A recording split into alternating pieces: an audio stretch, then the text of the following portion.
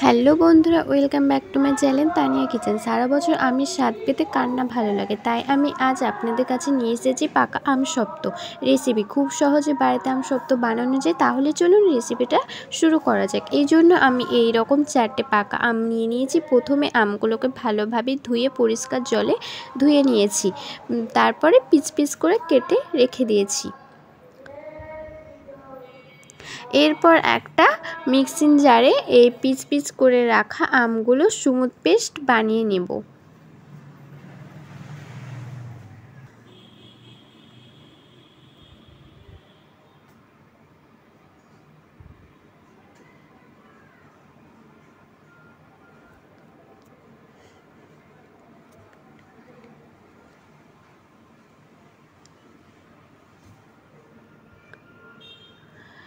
আমগুলো পেস্ট করা হয়ে গেছে, দেখুন কত সুন্দর স্মুথ পেস্ট হয়েছে। এবার এভাবে চামচ দিয়ে চেক করে নেবেন যে কোনো রকম গোটা আম রয়ে গেছে কিনা।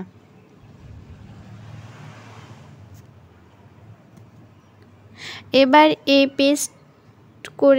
পেস্ট করা আমটা একটা পাত্রে ঢেলে নেব।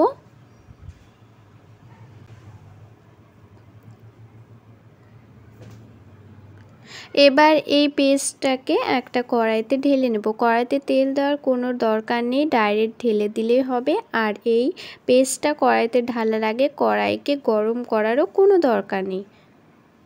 এবার এই পেস্টটাকে অনবরত নাড়তে হবে, না হলে ধরে লেগে যাবে। এরপর দিয়ে দিলাম একটু লবণ আর একটু দিয়ে দেব হলুদ গুঁড়ো। এবার এটাকে ভালোভাবে নেড়ে নিতে হবে। আপনারা চাইলে এতে বিট নুনও দিতে পারেন। এবার পরিমাণ মতো চিনি দিতে হবে। এবার চিনিটাকেও ভালোভাবে মিশিয়ে নিতে হবে। যেহেতু সব আমের মিষ্টির স্বাদ একই হয় না, সেহেতু আমগুলো কতটা মিষ্টি সেটা চেক করে নিয়ে সেই অনুযায়ী চিনি দেবে। এভাবে অনবরত নাড়তে হবে এবং ঘনত্ব যখন কিছুটা গাঢ় হয়ে আসবে তখন গ্যাস অফ করে নামিয়ে নেবে।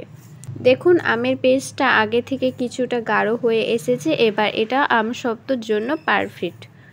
মোটামুটি 10 থেকে 15 মিনিট পর্যন্ত নেড়ে নিলেই হবে। এরপর শুকনো স্টিলের থালায় কয়েক ফোঁটা সরষের তেল নিয়ে ভালো করে মিশিয়ে নিতে হবে বা ব্রাশ করে নিতে হবে। এর ফলে পরবর্তীতে আমসত্ত্বটা তুলে নেওয়ার সময় সেটা ভালোভাবে উঠে আসবে। তারপরে এটা একটা হাতনার সাহায্যে বা ব্রাশের সাহায্যে এটা ঠিক এইভাবে সমান করে নিতে হবে। তো আমার হয়েই গেছে। খুব জোর রোদ থাকলে 1.5 দিন বা 2 দিন মতো লাগবে, তো আমার 2 দিন সময় লেগেছে। তারপর আমার হয়ে গেছে। ভিডিওটা ভালো লাগলে সাবস্ক্রাইব করে দিও। আল্লাহ হাফেজ।